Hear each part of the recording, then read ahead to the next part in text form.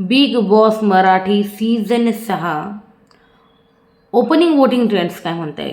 काल झाले नॉमिनेशन आणि टोटल 6 कंटेस्टंट नॉमिनेट झाले आहेत. आणि भाई काय गंडवले टोळीने यांना सगळ्यांना. आणि अजून काय बोलू मी, म्हणजे रितेश सरांनी धडधडीत सांगितलं होतं भाऊच्या धक्क्यावर का टोळी जी खूप छान गेम खेळतीये. इवन नॉमिनेशनचा सुद्धा तिथे म्हणजे झाला होता विषय नॉमिनेशनचा का टोळीमधले फक्त 2 जण नॉमिनेट आहे आणि तुम्ही पूर्ण ग्रुप नॉमिनेट आहे. तरीसुद्धा यांना कळलं नाही मेन म्हणजे तरीसुद्धा हे अजून गेममध्ये ॲक्टिव्ह होत नाही. आणि आता तर विषय असा झाला का टोळीतला एकही जण नॉमिनेट नाही. ना रोशन नॉमिनेट आहे, ना अनुश्री नॉमिनेटेड आहे, ना रुचिता नॉमिनेट आहे, ना विशाल नॉमिनेट आहे. बाई कोणीही चौघापैकी नॉमिनेट नाही आहे. आणि या बाजूने हे सगळेचे सगळे बहुतेक करून नॉमिनेट झालेले आहेत. आणि बाई मेन म्हणजे प्राजक्ताना इतकी म्हणजे डंप म्हणजे तिला येड्यातच काढलं तसं अनुश्रीने. यार खरंच येड्यात काढलं. म्हणजे तिने कसं काय विश्वास ठेवला अनुश्रीवर मला तर हेच कळत नाही मुळात म्हणजे. आणि वरून काल प्राजक्ता म्हणते यापुढे लक्षात ठेव अनुश्री मी तुझ्यावर कधीच विश्वास ठेवणार नाही. अरे पण तू घरात राहशील का विश्वास ठेवायला. मग त्याच्यामुळे ना पुढचा हा विचारच करायचा नसतो. तुम्हाला आत्ता गेम खेळायचा आहे. आत्ता घ्या जी दुश्मनी घ्यायची ती. कोण सांगेल. ठीक आहे नंबर 6 पासून सुरुवात करूया. नंबर 6वर आहे आयुष. हो आयुष संजीव ज्याचा ज्याचा गेम बिलकुलच दिसत नाही आहे. इवन त्याने तो जे पॉवर कीचा टास्क होता त्यामध्ये यार स्वतःच सांगितलं काही मुद्देच सांगितले नाही. आणि तो म्हणे मी कॅप्टन झालं मला व्हायचं नाही ठीक आहे मला पाण्यात ढकलून द्या. इवन बिग बॉसने पण आहे ना त्याच्या या खेळावर ताशेरे ओढले. म्हणे एका उत्तम खेळाडूची ही प्रवृत्ती नाही, एका खेळाडूची प्रवृत्ती नसते. खेळाडू हा खेळत राहायला पाहिजे हे एकदम बरोबर आहे. आणि तुम्ही इथं कोणता असं सेट करताय. तुम्ही लोक इथं तुम्हाला रात्री काम करून त्यांची रात्रीचे सगळे कामं करून टी व्ही समोर बसता तुम्हाला बघायला, तुमचा खेळ बघायला, तुमचा गेम बघायला. आणि तुम्ही लोकांना काय देताय. आणि आपण बघतोय आयुष संजीवना यार पूर्ण असं म्हणजे गेममधनं असा आऊट झाल्यासारखा दिसतोय. म्हणजे जेव्हापासून तो आजारी होता त्याच्यानंतर ठीक आहे. मग त्याच्यानंतर ती तन्वी बोलली त्याच्यानंतर पण ठीक आहे. एकदम तो आऊट झाला गेममधनं, एकदम ब्लँकच झाला आहे. तर गेमच विसरला आहे मला वाटतं. त्याचा असाही गेम नव्हता काही पहिल्यापासून. पण एकदम तो आता कोणते टास्क पण खेळायला तयार नाही. टास्कमधून माघार पण घेतोय. काहीच कळत नाही यार याचं. नंबर 6वर म्हणून आयुष संजीव आहे. इवन मी म्हणेल या आयुषपेक्षा ना मागच्या वीकमध्ये आयुषला काढायला पाहिजे होतं. तो ओंकारला तरी ठेवलं असतं. त्याचा गेम तेवढा त्या वीकमध्ये 2-4 दिवसात अप झाला होता. ठीक आहे आयुष नंबर 6वर. तर नंबर 5वर आहे प्राजक्ताला काल राखी बोलली तू हे असं करते ना म्हणूनच मी तुला पुलामध्ये ढकलून दिलं. ही म्हणते काही हरकत नाही मी पुलामध्ये गेली नव्हती मग मला ना फर्स्ट एक्सपिरियन्स छान होता. अरे हे काय कारण आहे तुला कळतं आहे का. तू स्वतःसाठी कधी खेळणार आहे. तर राखी इवन हे पण बोलली का बिग बॉस काय कंटेस्टंट आणून ठेवले तुम्ही यावेळेस. खरोखर ही गुडबुक्सवाली गेम हे चांगले आणि महानतावाली गेम खेळणारे का आणले तुम्ही. ज्यांचा खरंच डोकं असं यार गेमरसारखं चालतं ना म्हणजे लाईक अनुश्री किंवा मग तन्वी, रुचिता, विशाल हे तरी म्हणजे थोडे राहण्याचे थोडेफार लायक वाटतं घरात. पण हे जे ना यांचा बिलकुल गेम नाही. ना करणचा काही गेम आहे ना सचिनचा. प्रभू तरी थोडाफार दिसतोय बोलतोय आवाज उचलतोय. यासाठी प्राजक्ता पण नाही ना आयुष पण नाही. यांचा काहीच गेम नाही आहे. मी तर म्हणते सरळ धडाधड 4-5 एविक्शन करून टाका बिग बॉस. काय बोलू यार या वीकमध्ये पण डबल एविक्शन करून टाका आयुष आणि प्राजक्ताचं ना. असे बॉटमला ते दोघंच आहे. नंतर नंबर 6वर आयुष, नंबर 5वर प्राजक्ता पण काही धड खेळत नाही. मी काही दिसत नाही. त्या वरती बाल्कनीत बसते आणि त्या करण बरोबर फक्त बोलत राहते. अंमलात काहीच आणायचा नाही गेम. फक्त ते म्हणतात ना तोंड करी बाता आणि अंमलात काहीच नाही म्हणजे हमको कुछ गेम नाही आता असं झालं आहे. ते कुछ गेम खेळला नाही आता असं झालं आहे तिचं.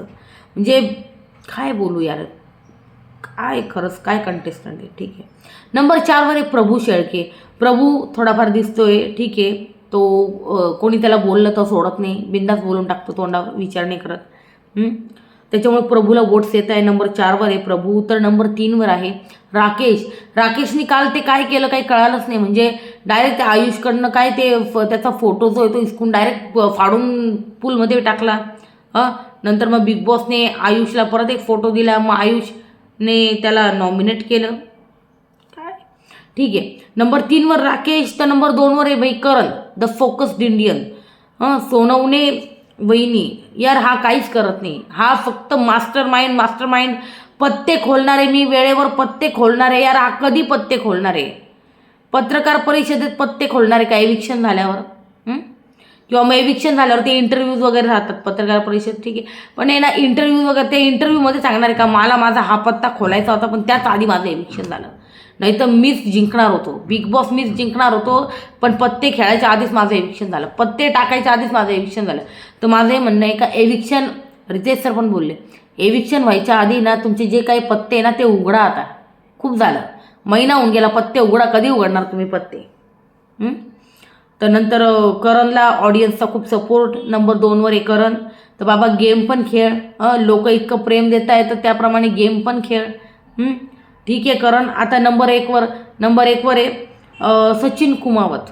हो, सचिन कुमावतला म्हणजे धडाधड वोट्स येत आहे खानदेशकरांकडून. पण सचिन कुमावत मी जेव्हा पण म्हणते ते एक गुड ह्युमन बिईंग आहे, खूप चांगले माणूस आहे. बट मी नेहमी म्हणते he is not big boss material. भांडण करणे, तंटे करणे, गेम खेळणे, चॅप्टरपणे गेम खेळणे, कोणाच्या विरोधात जाणे, या गोष्टी हे करतच नाही आहे. गेमच नाही आहे काही सचिन कुमावत यांचा. मला कोणते सांगून द्यावं यांचा गेम काय आहे. पण यांना खानदेशकरांचा जबरदस्त सपोर्ट, त्यामुळे नंबर 1वर आहे सचिन कुमावत. आणि यावेळेस जर कोणाचं मला वाटतं एविक्शन होणार असेल ना तर आयुष जाईल आता घराच्या बाहेर, कारण तो कशातच ॲक्टिव्ह दिसत नाही. असा पण तो काय त्याचा कोणते विचार चालू आहे का माहिती, तो वेगळाच म्हणजे एवढ्या 4-5 दिवसात दुनियेत गेलेला दिसतो मला, 2-4 दिवसात, 4 दिवसात. तर मला तर वाटतं बिग बॉसने ना एकने डबल एविक्शन करावं, आयुष प्लस प्राजक्ता दोघं. काय म्हणजे काहीच गेम नाही ना, प्राजक्ताचा काय गेम आहे मला सांगा तुम्ही. मग करण पत्ते काढतो अजून पत्ते काढत नाही यार तो. मी तर ती आता रितेश सरांनी वॉर्निंग द्यावी, भाऊ तू पुढच्या वीकमध्ये पत्ते काढ, नाही तर आम्ही तुला ना बाहेर काढू. मग तू तुझे पत्ते खोल एकदाचे, काय आहे ते दाखव तुझा गेम. मग बघू मग तुझ्या पत्त्याला विशाल आणि त्यांच्याकडे काय उत्तर असेल, कारण उत्तर द्यायला तर विशाल रुचिता अनुश्री तेच राहतील, बाकीचे पत्त्यांना उत्तर देऊ नाही शकत मला असं वाटते. बघूया. राखी पण आली घरात आणि राखीच्या जेवणाची खूप तारीफ होते बाई घरात. रोशन म्हणतोय खूप सुंदर भाकरी करता तुम्ही. नंतर भाजीची पण तारीफ झाली, ढोबळी मिरचीची. तर राखीने घरात थोडासा एंटरटेनमेंटचा तडका तर लावलाच आहे. पण आता यापैकी घरातनं कोण बेघर होईल सांगा? मला आयुष सगळ्यात जास्त वाटतोय. डबल एविक्शन होत असेल तर आनंदच आहे, कारण मागच्या वीकमध्ये डबल एविक्शन झाला होता. तर यावेळेस पण डबल एविक्शन करा, कारण यांचा काही गेमच दिसत नाही. नंबर 6वर आयुष, नंबर 5वर प्राजक्ता, नंबर 4वर प्रभू, नंबर 3वर राकेश, नंबर 2वर करण, नंबर 1वर सचिन कुमावत. तो विशाल धडाधड त्या राकेशशी समोरासमोर नळतोय तरी सुद्धा तो राकेश म्हणजे त्याला आन्सरच करत नाही बाई. काय बोलू यार, काय गेम खेळत आहे, काय कंटेस्टंट आहे यार. त्यांना हे कळायला पाहिजे राखी जर घरात आली आहे म्हणजे आपल्या सीझनची TRP पूर्ण घसरला आहे. हे कोणाच्या लक्षात आलं आहे घरात बसून की नाही का माहिती. काय सांगणार यार, काय बोलणार खरंच. तुम्हाला काय वाटतं यार, तुमचे टॉप 5 कोण आहे? सॉरी, तुम्हाला काय वाटतं घरातनं कोण बेघर झालं पाहिजे मला सांगा कमेंट सेक्शनमध्ये.